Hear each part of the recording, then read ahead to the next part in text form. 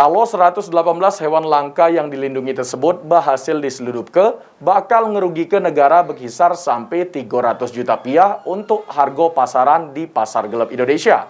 Polisi masih terus lakukan penyelidikan sama bebes pelaku penyeludupan hewan tersebut.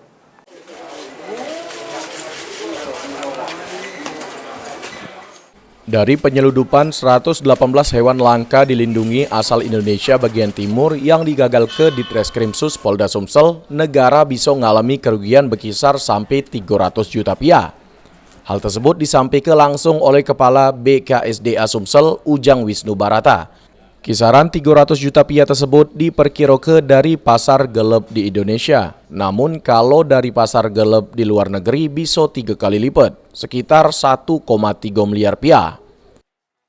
Sesuai pasar gelap di lokal ini kita udah kira-kira lah estimasi itu sekitar 300 juta total kerugiannya. Setelah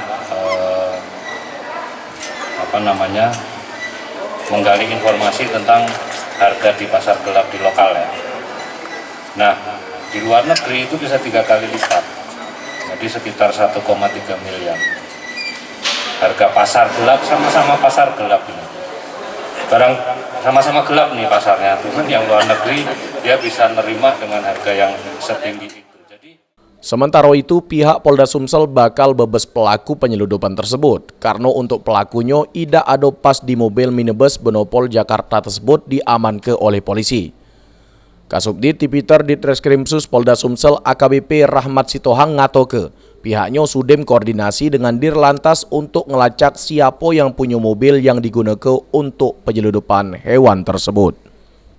Penyelidikan sementara mobilnya udah ada pemiliknya. Kita udah kirim ke Direktur Lalu Lintas, sudah tahu nah pemiliknya, kita undang, mau kita periksa, nah apa gitu punya dia, apa prosesnya ada sewa menyewa. Kalau sewa menyewa memang dia sewakan dengan siapa, ini kan timbul orang-orang itu. Bang, apakah ditemukan dokumen bang? Yang nyewa, ya, gitu. Ya. Selanjutnya, hewan tersebut dibalik ke habitatnya ke Papua, Papua Barat, sama Maluku.